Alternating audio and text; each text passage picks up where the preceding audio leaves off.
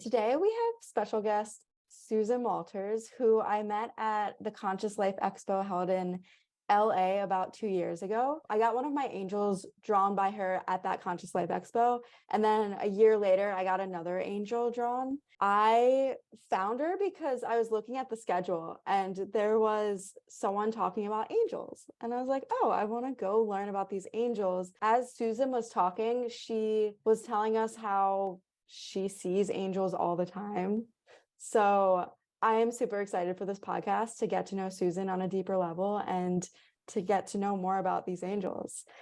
First question, let's go right into, when did you start seeing angels? First, thank you so much for inviting me on your show. It's an honor. Actually, I started seeing them right after my first near-death experience at the age of 4. I was introduced to some of my own angels during that experience, 3 of them to be exact. And then I noticed that afterwards, I just saw those 3 angels all the time. So I really don't remember much of life without them being right there by my side or right there behind me at all times. Do you remember your experience, like the near-death experience? Like in between your accident and then when you woke up again? Yeah, I remember, I'm sure I don't remember all the details, but I do Yeah. remember quite a few of them. And sometimes they kind of bleed together because I did have 2 of them. I had the one at 4 and then I did have another one at 6 as well. So sometimes it's like, I'm not sure which one, what happened with which one. I remember, first going to this, absolutely beautiful park with these massive trees, bigger trees than I'd ever seen growing, as I grew up on a farm in Iowa. And now I would equate them in size to the redwoods in California. My angels were, they're probably 15 to 18 feet tall, and even they couldn't reach the branches. And there was this, it was just like a field of wildflowers and this all the animals that I was used to seeing running around. Because I was one of those kids growing up that if there was a nest of animals, like whether it was mice or birds or snakes or rabbits or whatever, I'd find that nest and I'd just very gently play with those animals and then put them back where I found them. So I was very comfortable and very familiar with a lot of animals that in that region. They asked me if I wanted to see the world through the eyes of the animals. So it was just kind of like I went from one animal to the next, to the next, to the next, and the first one. Where the second NDE, I got a lot more details. Because first I was asking them about stuff I was being taught in Sunday school, and they pretty much just made it clear that we weren't getting all the details. And that we were pretty much being, they didn't use this word, but the word I would use now is that we were pretty much being just given enough information to be kind of pacified so that we would be easy to manipulate. From there, and then they asked me again if I wanted to see the world through the eyes of the animals. And I just, and again, but this time I ended up going where I was actually swimming in what felt like a very large mammal that I was, not something I was familiar with. Looking back, I'd probably say it was some type of whale, most likely. And then all of a sudden I wasn't swimming in the ocean anymore. I was swimming in space. I could see like in the distance where there was this really bright light, and it seemed like there was all these entities or souls coming from that light and moving away from it. And I was shown that, I was one of these, souls essentially that was moving away from the light. And we're moving away from the creative source, I guess it would be a better way to put it. From there, I was pulled aside because it's like felt like everybody was pretty much going to, those dimensions or frequencies known as the angelic realms. And me and 2 others were like pulled aside and requested to become what they use the words, and I'm still fully trying to understand fully even what this phrase means, of planet creator. And and we were kind of shown what the world would be like if we did, and what a world would it be like if we did not.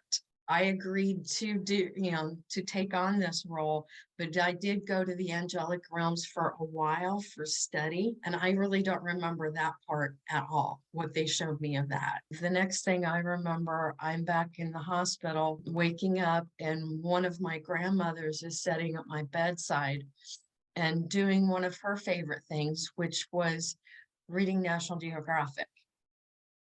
And I remember what was on the front of that particular one she was reading was the Giza Plateau. And she didn't realize I was awake yet until I asked her, well, where's the rest of them?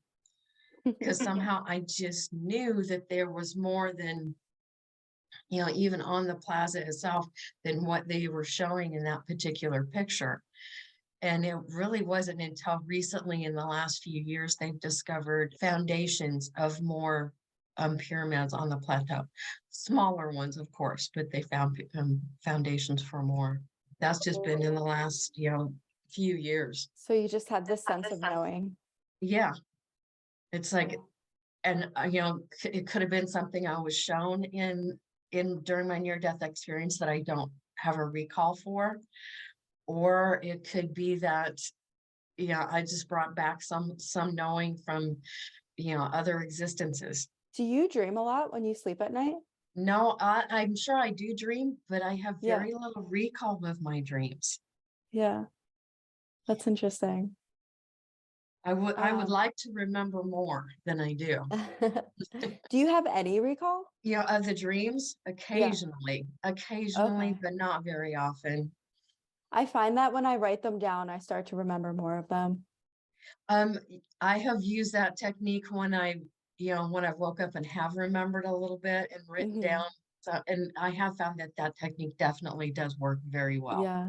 Okay. So now when you were 6 years old, you could see angels. And so you always saw your own angels, but then there was an age where you started seeing other people's angels. Yeah, that happened in 97. So when I was 36. Okay.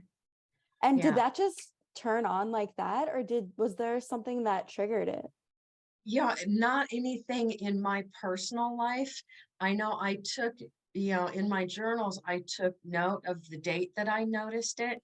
And I remember hearing a few months later, and it may have something to do with it. It may have absolutely nothing to do with it. I Yeah. don't know.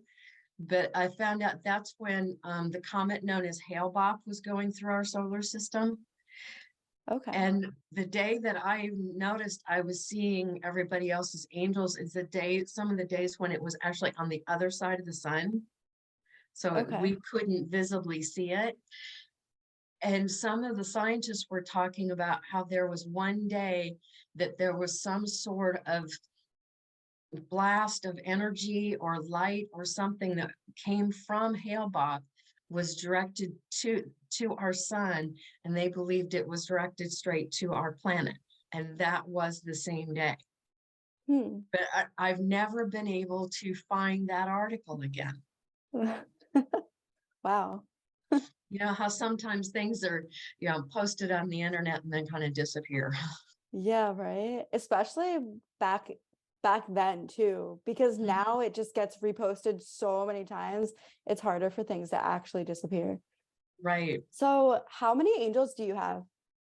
With me personally, there's personal ones, and I do have other ones that help me with different projects that are not necessarily my personal ones. Most people have minimum 3. The average is probably like 5 to 10, in there, because I am here with a specific purpose to help humanity connect to the divine through the help of the angels. I have somewhere around 13 that I'm sure that are my personal ones. Okay. And they've always been with you and they're always the same? Yes, Okay. those particular ones, yes, are always the same, and they've never left my side.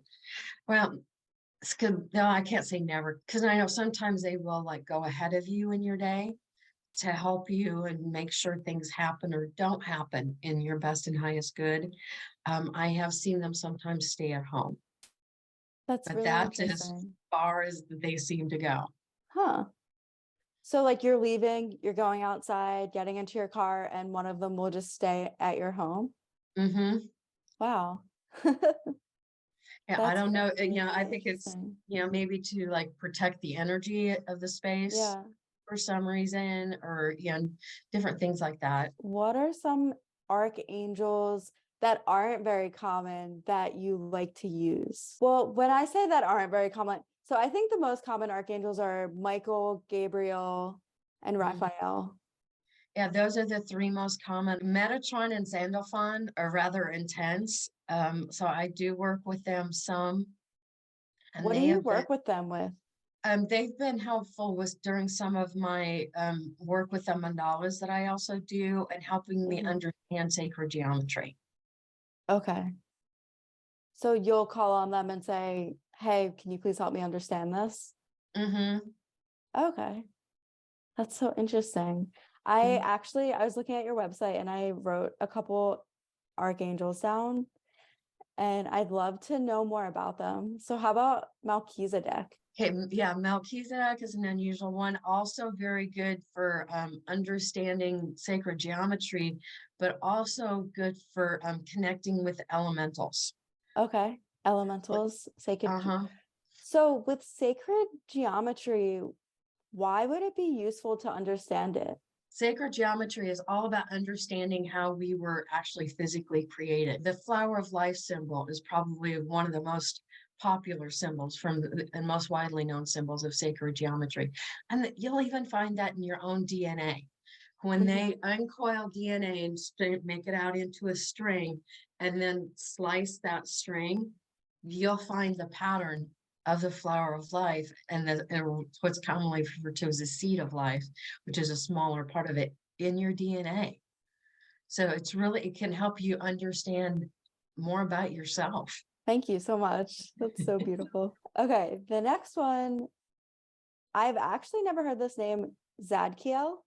Zadkiel, and I will admit that's one in particular that I have not worked with a great deal. That one does, though, come in quite a bit during my meditations, particularly if I'm doing a meditation working with the violet flame. Do you Uh, meditate daily? I probably meditate about 4 to 5 times a week. What do you usually meditate on? Is it a guided meditation or is it your own guidance? I'll do a mix of both because I tend to get bored. So Yeah. sometimes I will do a guided meditation. Sometimes I might just meditate to music. Okay. Sometimes I might do, when the weather is cooperative, unlike today where I'm at, I might do a walking meditation where I go Yeah. out to a local park or go for a short hike somewhere. And other times I might just sit in complete silence. Yeah. So I don't I do feel the that. exact same thing. Yeah. Yeah, I actually am exactly the same way. I love guided meditations, but when I don't, I don't. Hmm. Going to the ocean and just listening to the sound of the ocean. Yeah, I know. That's another one. I think I'll listen to the sound of the waves, and I love the ones where you can get the whale song in with the sound of Hmm. waves. I love those. But Yeah. I don't use those all the time either. Yeah. I like to, try different things. The only thing I have learned for me personally with a guided meditation, before I'll set and actually meditate and do it with intention, I will listen to that meditation first. I just feel more comfortable and more relaxed if I take the time to listen to it consciously first. How about Uriel? Uriel, I found that if you're looking for different types of prosperity, which isn't always just about monetary, What are other forms of prosperity? good relationships, not only with yourself, Yeah. but with family and friends, abundance of Yeah. joy, abundance of good health, Yeah. abundance of enough time to complete all the tasks that you have on your to-do list that sometimes gets too long. How about Sandalphon? Metatron and Sandalphon, they're almost like brothers. And the Oh, interesting thing about Metatron and Sandalphon is they are two of the angels that, even in the Bible did take physical form. They okay. were Enoch and Ezekiel. Oh, Metatron wow. was Enoch, and Sandalphon was Ezekiel.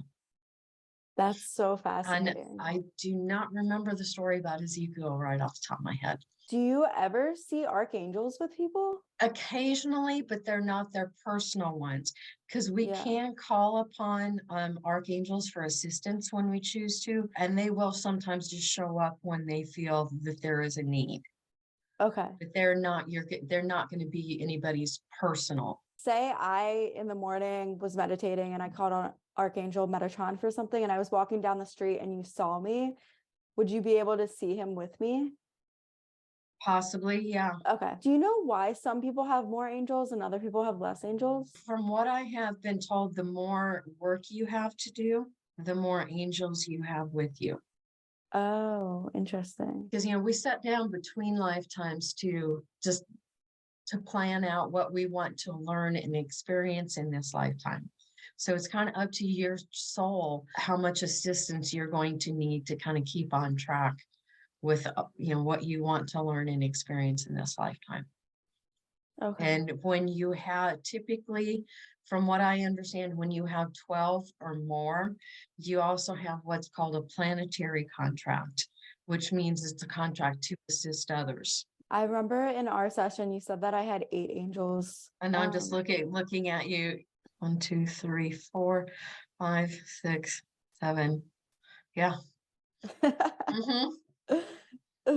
I love And yeah, it. and we do have one that's can be referred to as the main guardian angel, and they typically show themselves to me as having what looks like a breastplate or armor. Yeah, that was actually the first angel you drew for me, was the guardian angel, my guardian Yeah, angel. I probably only draw those about 10% of the time. What's the difference between a guardian angel and a regular angel?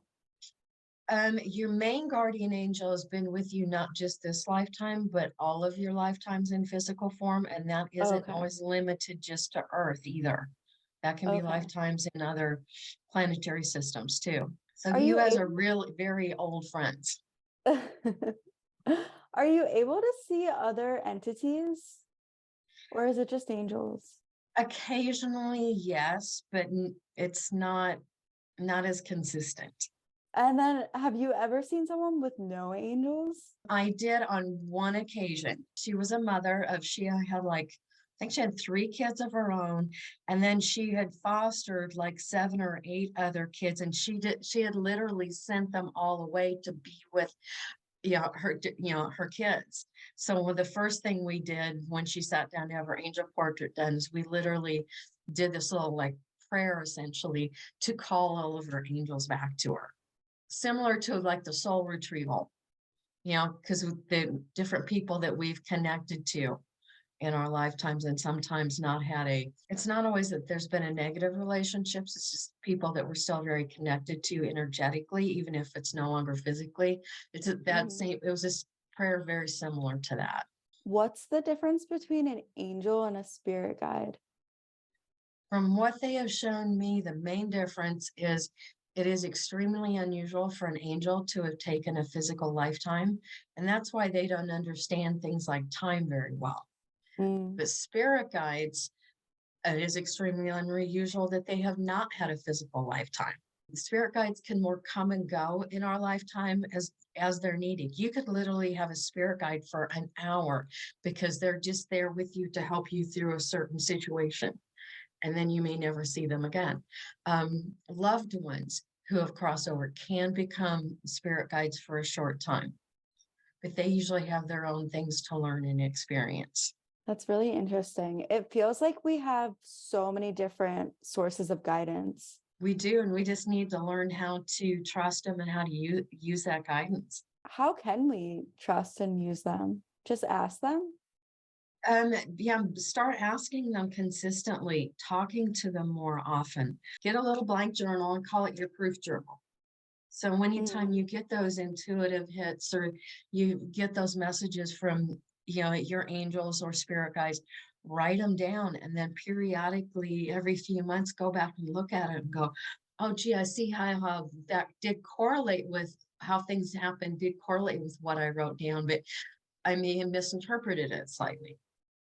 Yeah, and working with that over time, it helps you understand how they work with you more and more. So just like writing your dreams down, write down your impressions and your Mm-hmm. Strengthen it. yes. Using it is the most, if you want to become physically stronger, working out and being consistent with that is what helps you build your strength. If I'm willing to see angels, is there anything I can do to turn that on? You can ask. There's no way of knowing for sure if that's going to work. And I'm sure it Yeah. would work for some people, but not for everybody. Because some people, they really, learning to trust can be a very big lesson. And, then you're Oh, just going to be given situation after situation after situation where you need to learn to trust. And, and if that's one of your lessons you're trying to learn, trusting, that your angels are there, then they're being of assistance to you upon your request, but they may not show themselves for that reason they need you to mm, blindly trust them. But the more wow. we ask for help, the more because they can't just come along and help you without permission. So they Yeah. need us to ask. Wow. I've had this question like for so many years. I've been so fascinated by psychic mediums, and I've wanted to be the psychic medium myself. And I know and I've experienced all of the clair abilities at one point in my life. Mhm, But I also question maybe that's not what I came here for this lifetime to experience. So mhm. it's like I go back and forth between like, oh, well, is it just a belief that I can't, or if maybe I'm just not meant to, or maybe I just need to practice more. It can be a little bit of both, practice more on concentrating on, one at a time until you Yeah. become a little more proficient in it. Because, you try and take on too many tasks, you're not going to complete any task well. Yeah, that's very true. Focusing on those and practicing and asking for assistance and those different, to asking for more guidance. Yeah. And don't hesitate to use what tools feel comfortable for you.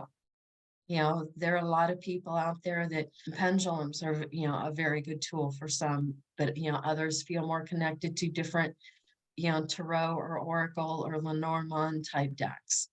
You know, Hmm. use what feels right to you. Some muscle testing. Yeah, pendulum. I've used the pendulum, and oracle cards and tarot cards are all really powerful tools Mhm. in my life. Are. Maybe, and I mean, this is definitely my ego, but I've wanted it to just be my psychic abilities, like no tools, you know. But And that's my that own that journey.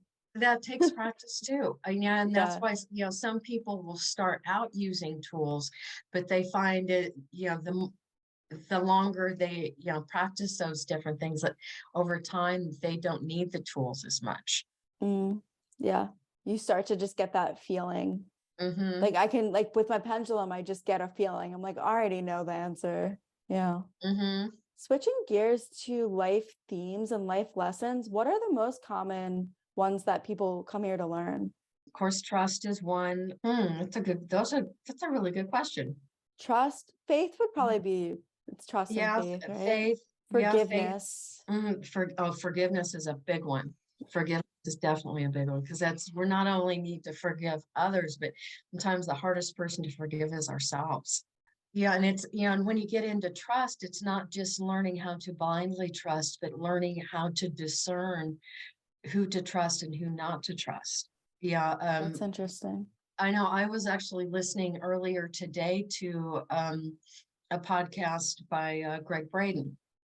And one of the things he was talking about specifically is, how we have, too much given away our power. So, learning who we really are and learning how to trust ourselves is a big part of that because we have given away too much of our power to, particularly, governments is a big one, but, other types of organizations to, they'll take care of that for us. We Mm, need to get, learn and trust who we truly are and trust in our own power because we are much stronger and capable of so much more than we give ourselves credit for because we've given away our our power, we have allowed others to tell us that supposedly the strongest is the ones that do the best, the power of the fittest, Mhm. and competition. We've been trained and taught in our culture that that's our true nature, but it's really not. Unity is our true nature, and how we need to get back to that. So, and that's a piece of getting back and learning, how powerful we truly are. That we really can and do create our own reality. And we've given that power away. We need to bring it, take that power back, learn to trust ourselves again. And Yeah. again, trust. How do we know what each person's overall life lesson is?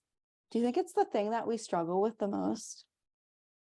Most likely, yeah, because it's like you're given opportunity after opportunity till we feel like we've got the clue by four upside our head.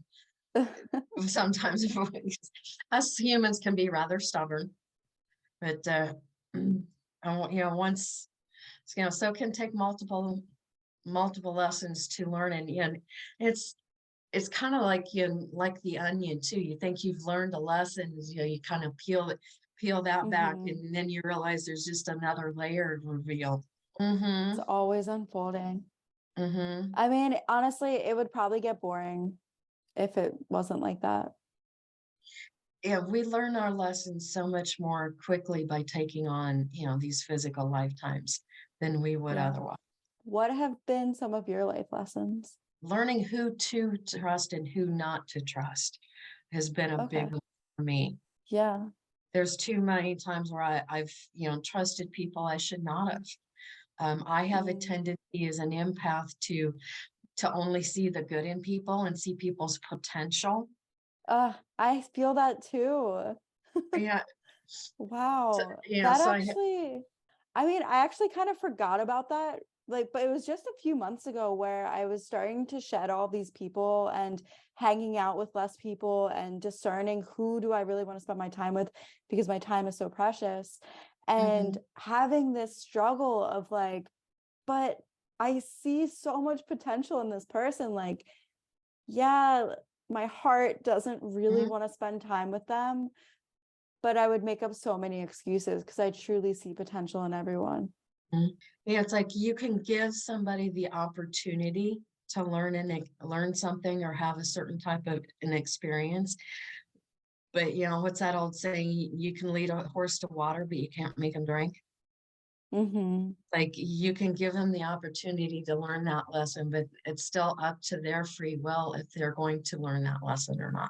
My life theme, I was actually thinking about this when I wrote the question, is when I kind of like look back at everything, my childhood was traumatic and I kind of shut off and closed off. And now I'm stepping more into my power. And I feel like it's just been this journey of being quiet and to myself and being Mm-hmm. shy and awkward, lonely. But like now I'm like, wait, who do I really want to be? How do I really want to show up in this world? And I went through this period of time facing this fear of judgment of other people when I truly step into the things that I want to do and I start talking about the things I really want to talk about because I love this stuff. I love having this interview with you. I love getting to ask you about all of your angels and getting to ask you, like, how do I see angels myself? Like, I love this world. And there was this huge fear of who am I going to lose in my life because I'm like actually doing what I truly want to do? Who's going to judge me? Who's going to tear me down? And actually, one of the biggest fears was I was so scared that someone would be so judgmental of me or send me so much hate that it would actually shut me down from doing what I really want to do. Hats off to you, girl. You're doing it way younger than I did. Yeah, that's something we all need to, do and learn that, what society has taught us is, how to be cool and, we got to do, look a certain way or be a certain way because that's what others expect of us. And that's not who you truly are. Then Yeah. we need to let that go. Yeah. Yeah. And I know I was in my 30s, well into my 30s, and actually even probably closer to my 40s before I started slowly doing that at myself. And it's like, so congratulations for doing that younger and Oh, thank and you. learning those lessons faster than I did. Thank you. I mean, honestly, my biggest catalyst has been my darkest moments and my darkest times of just not wanting to feel the heaviness, the hatred, the guilt, the shame, the sadness, the loneliness, just being like, no, I can't do this fear anymore. I don't want to experience this. I've come here to experience light and to experience love. And I'm such an extreme person. I'm just like, how far can I go with this? Like, how much trust and faith can I have? How connected can I really be? And now I feel like my journey is now finding the people who have that degree of spirituality, of connecting with angels and guides, connecting with the elements, connecting with their inner power, connecting with creating on this earth. Because it's like, now I want to combine all of the spiritual practices with this earth and creation. And I've come here and like, I literally get to create my life and I get to put things into this physical reality. So I've had really profound experiences and I've felt really profound energies and I really trust, but like, I also feel like I have that degree of, I can't see things. Like I've never really like tapped into my clairvoyant abilities. I do have to have this huge level of faith because it's not always completely supported. And maybe that's just part of my journey. That's part of why I came here. Yeah, learning how to reconnect to source and let go of our fears, I think is, another one of those big lessons that we need to learn. And as a, Yeah. and going through the dark night of the soul. Yeah, Mhm. and you can have multiple of those. You may not just have one in a lifetime. If those can be huge catalysts. Yeah, and it's like the moment it almost feels like we're going through a dark night of the soul almost globally, Mm. with all these things that are taking place in our world right now. And it's like we're tearing down or in the process of tearing down all these different mechanisms that we've used for so long because we're realizing they don't really work for us as a collective. But we need to start thinking about not just tearing down what no longer works for us. What is it we truly want to create? And how do we build that? Mm-hmm. And definitely unity. It's definitely unity. It's definitely following your passion and knowing that you can follow your passion, that everyone Mm-hmm. can. And Yes. that when everyone starts to do that, we can co-create something really beautiful. Mm-hmm. But we're such in this space where that just doesn't seem possible. It seems woo-woo or just unimaginable because we've been in this reality for so long. We allowed others to create the world for us. Well, now it's time for us to create our world. Wow. Oh, that was so good. I'm making that a little clip. That was amazing. Thank you so much for joining me on this podcast. Is there anything else you want to add? Oh, as we go through these times, please do things to take care of yourself physically, mentally, and emotionally, whether that be, finding those quiet moments for meditation. If that's eating better, removing, fast foods and sodas and things like that, getting better quality water, do something to help nurture your soul and as well as your physical body to take care of yourself through these rather challenging times right now that we're all going through as a collective. And if you want to do something for somebody else, make sure you're taking the time to consciously listen before somebody's even done asking the question. We're thinking about what our answer is going to be. We need to fully listen before we respond. And I think that Yeah. will help us reconnect with each other because it's not, and conscious listening could be also not only listening to what the person's saying, but how they're feeling. And where can people find you? My website is SusanWalterArt.com. And I am also on Facebook and Instagram with that same tag as well. Beautiful. Mm. Thanks so much. Oh, I thank will you for find you. inviting. It's been a pleasure talking to you, dear.